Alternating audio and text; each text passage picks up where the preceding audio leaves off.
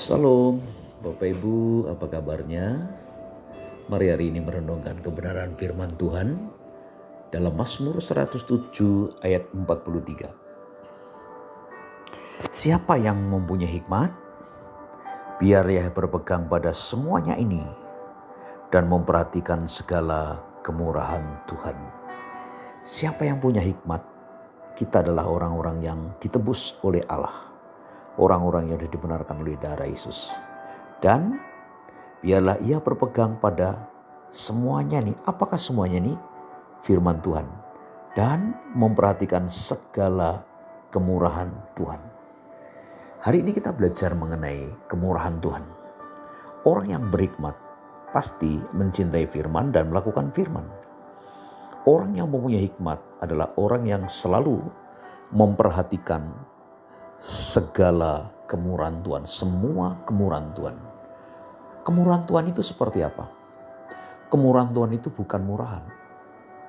Kemurahan Tuhan itu adalah bukti kasih Tuhan yang sungguh tak bersyarat dan tiada batas.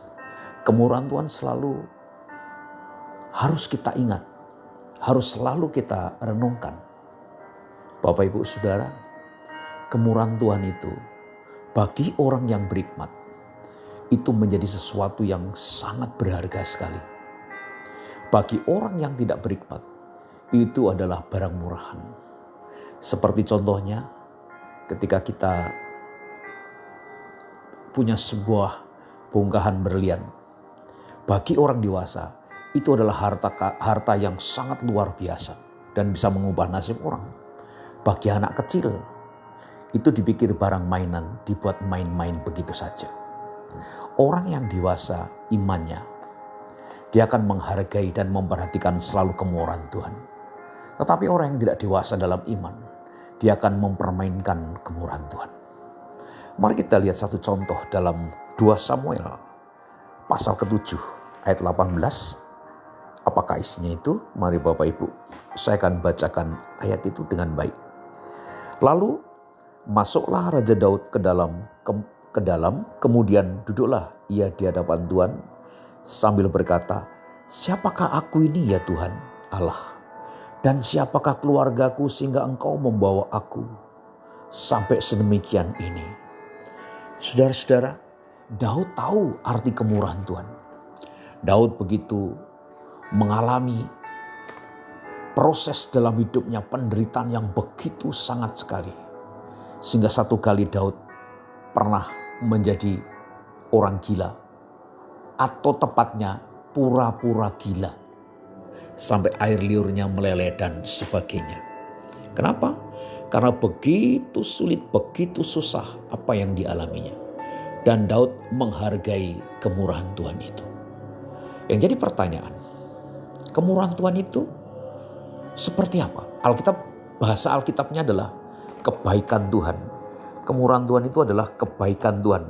Yang mungkin saya bacakan dalam Mazmur 23 ayat 6. Kebajikan dan kemurahan belaka akan mengikuti aku seumur hidupku dan aku akan diam dalam rumah Tuhan sepanjang masa. Ini kemurahan Tuhan Bapak Ibu. Kalau kita memperhatikan firman, kita mengingat kemurahan Tuhan, apa yang terjadi? Kebajikan dan kebaikan Tuhan, kemurahan Tuhan belaka akan mengikuti aku seumur hidupku dan aku akan diam dalam rumah Tuhan sepanjang masa. Mazmur 23 ayat ke-6. Nah, yang jadi pertanyaan, apa sih maksud kemurahan Tuhan itu? Nah ini Bapak Ibu, maksud kemurahan Tuhan yang pertama adalah membimbing kita dalam pertobatan. Nah, hari ini, zaman ini adalah zaman kemurahan Tuhan. Zaman anugerah. Semua terbuka begitu rupa. Semua penuh kemurahan begitu rupa. Dan zaman kemurahan ini, zaman anugerah ini, seharusnya kita mulai berpikir, alangkah baiknya saya melihat diri saya seperti apa. Apakah saya benar dengan Tuhan atau tidak. Jadi maksud kemurahan Tuhan adalah memimpin kita dalam pertobatan. Dalam kitab Roma pasal 2 ayat ke-4, saya akan bacakan. Maukah engkau menganggap sepi kekayaan kemurahannya, kesabarannya dan kelapangan hatinya? Tidakkah engkau tahu bahwa maksud kemurahan Allah ialah menuntun engkau pada pertobatan ini. Maksud kemurahan Tuhan adalah memimpin kita dalam pertobatan. Bertobat bukan hanya waktu dibaptis. Bertobat itu setiap hari, setiap kali. Waktu kita salah, waktu kita tidak benar, hati kita tidak benar, kita harus cepat bertobat. Yang kedua, maksud kemurahan itu apa sih? Maksud kemurahan bagi kita adalah memberikan waktu dan kesempatan. Maksud Tuhan kemurahan, memberikan kemurahan kepada kita adalah memberikan waktu dan kesempatan kepada kita. Mari Bapak Ibu, kita lihat dalam Matius pasal 27 ayat 1 sampai ke 4. Ketika hari mulai siang, semua imam, kepala dan tua-tua bangsa Yahudi berkumpul dan mengambil keputusan untuk membunuh Yesus. Mereka membelenggu dia lalu membawanya dan menyerahkannya kepada Pilatus, wali negeri itu. Pada waktu Yudas yang menyerahkan dia melihat bahwa Yesus telah dijatuhi hukuman mati, menyesallah ia.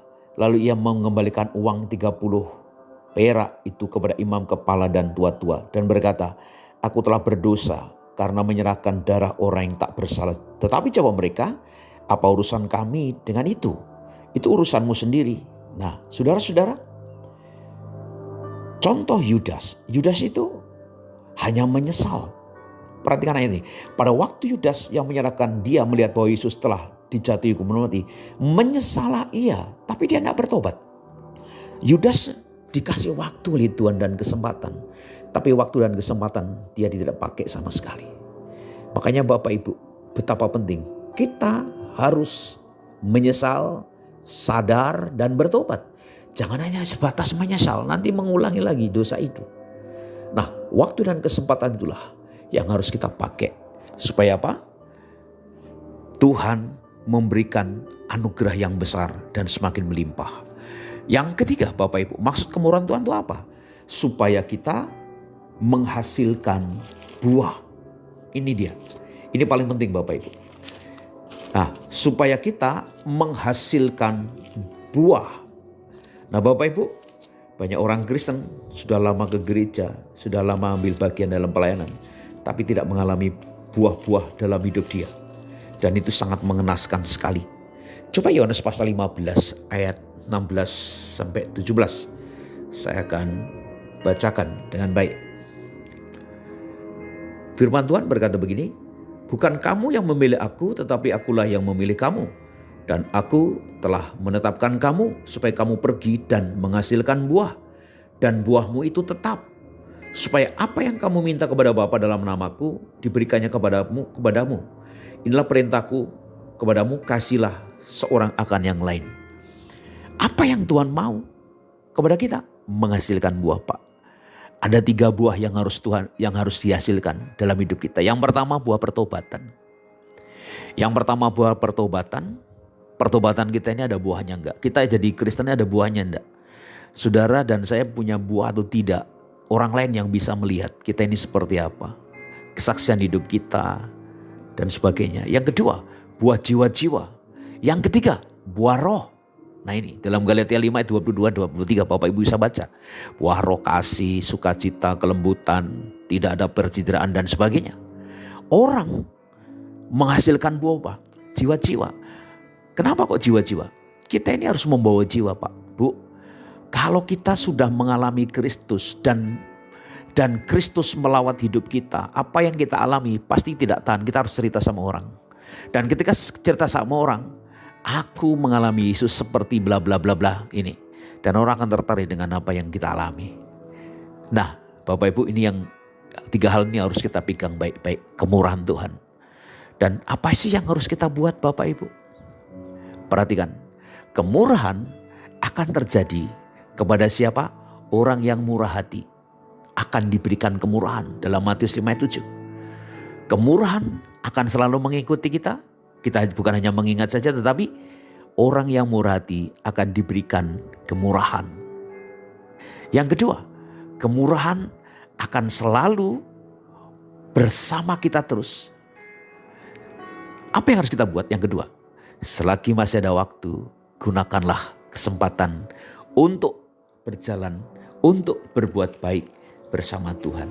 Ada satu ayat firman Tuhan yang sebagai ayat penutup kita Bapak Ibu ya. Dalam Galatia pasal 6 ayat ke-10. Karena itu selama masih ada kesempatan bagi kita. Perhatikan, selama masih ada kesempatan bagi kita, marilah kita berbuat baik kepada semua orang, tetapi terutama kepada kawan-kawan kita seiman. Pak, harus murah hati, engkau akan diberikan kemurahan. Ada waktu, masih kesempatan, mari kita berbuat baik kepada semua orang, terutama kepada kawan-kawan kita seiman. Maka kemurahan Tuhan akan selalu bersama kita.